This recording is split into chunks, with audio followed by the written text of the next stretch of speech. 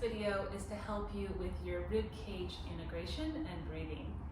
Pregnancy causes the ribs to flare as our spine is brought into a shortened position in the back and the ribs open up in the front to make room for the baby. To bring the ribs back together, we want to make sure that we do it in a way that is not a superficial strength, which is sucking in and drawing in too much through those muscles that ends up taking you from this flared out posture more to a working too hard posture and creates this tightness in the muscles. This becomes really important as you move towards strengthening and closing a diastasis recti, which we will test for in the next video. To begin, you're going to take a strap, preferably a non-stretchy strap. You can use a belt, a scarf, something that's going to give you some feedback. I like to do this sitting on our medium-sized ball. You can sit on a chair, anywhere that's comfortable for you. Taking the strap and putting it around your rib cage, you're going to hold your arms to your side. There are a few videos on the Monarch Pilates website that show a visual of the rib cage and diaphragm and can be really helpful to learning this movement. So check those out if you want a little bit more assistance in your breathing. We're going to feel the ribs at the sides in that strap. Opening the ribs to the side, you'll feel pressure into that strap. As you sigh, you're going to draw the strap in and let your rib cage draw in towards center. This is called costal breathing. The ribs have muscles in between them that open and close. We want to imagine that you could move those ribs, letting the muscles and bones really go sideways. So instead of that front and back movement, we're moving for lateral expansion. It is a breath. However, if you think of it as a breath, it's really hard to transition out of needing this big upper chest inhale and exhale. If you can think of it instead as a bony movement, just widening those bones and letting them come out, and then streamlining as if you could just push them back in and make your head reach up towards the ceiling. It's like squeezing a tube of toothpaste from the bottom. We're going to draw in and then lengthen. The strap gives that nice feedback to see if there's movement actually happening. It doesn't need to be big.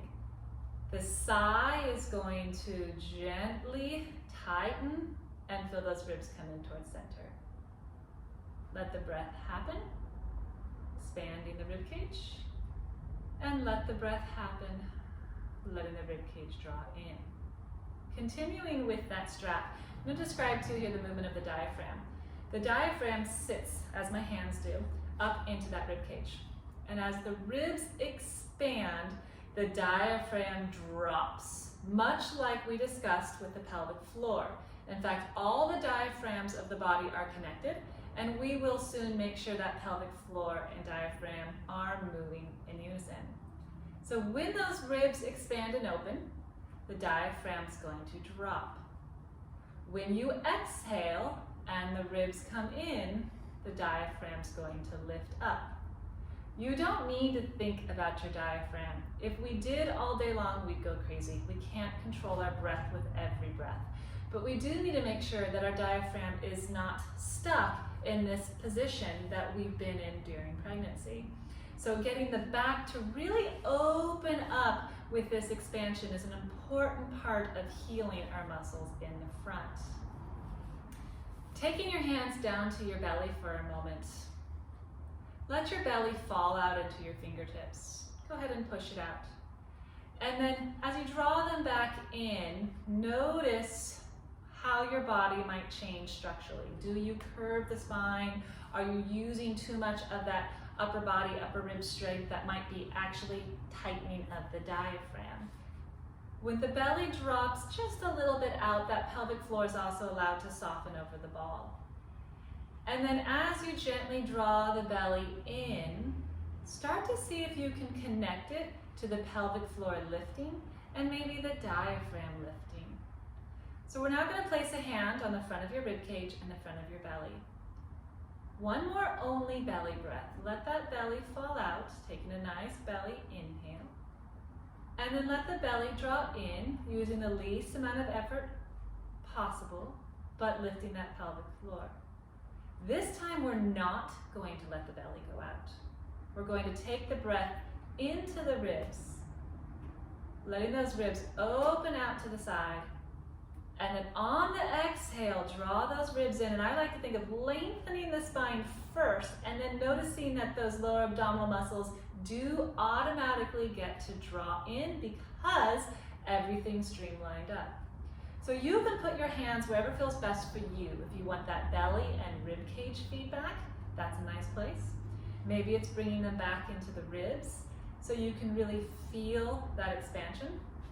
Using the strap is also a nice tool so that you can really feel that the ribs are moving somewhere, even if it's just the tiniest movement. Checking in with your side posture to avoid the common chest lift inhale and chest drop exhale. The spine is staying very still as you expand and connect. Rib cage opens, jellyfish drops. Sigh, jellyfish of the pelvic floor and diaphragm both pull up. Spine is very silent and still, but you're establishing that core strength so that as we move into more challenging strengthening exercises, you understand the integrity and goal that we're working for. We're going to come down onto your back, taking your monarch balls with you. Put this strap underneath your rib cage so it's prepared to go in the same wrap around we had before. Put the monarch balls underneath your pelvis. We are putting together the exercise from the pelvic floor video with now our breathing exercises. Holding the strap, palms up, shoulders drop into the ground. Feet are hip width apart, parallel. Begin with only the rib cage inhale, letting those ribs open into the strap. And then as you sigh, give a gentle drawing in. It's not a big movement. What we're avoiding is the lifting and the lowering. It is common to overwork right underneath those ribs. So you may want to put your hands here and feel that you're not crunching and pushing out at your hands as you find this movement of the rib cage. We're going to add the leg movement to the rib cage control. So the legs open out, the pelvic floor expands, and the ribs expand. You sigh using the least amount of effort possible, lifting that pelvic floor up and rib cage in. Softening through the shoulders, the hips, and the knees. Really visualize that expansion. Feel the feet be heavy, the marbles start to lift, the ribs soften as they come in, so that we're constantly getting this elongation motion and not shortening to create your strength. You can keep your hands on the strap. You can put your hands on your belly and your rib cage. You can place them on the hip bones. Whatever feels comfortable for you to use the least amount of work and the most amount of integrity.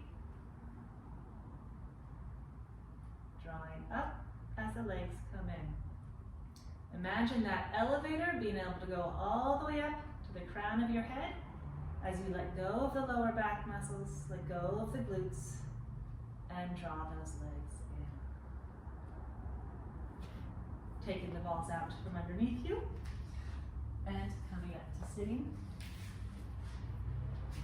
Crisscrossing through your legs, sitting nice and tall, letting your upper body draw back so that it's stacked over the pelvis. Take a secret and silent ribcage expansion. And as you sigh, feel that elevator lifting all the way up, helping you to grow about a ½ inch taller.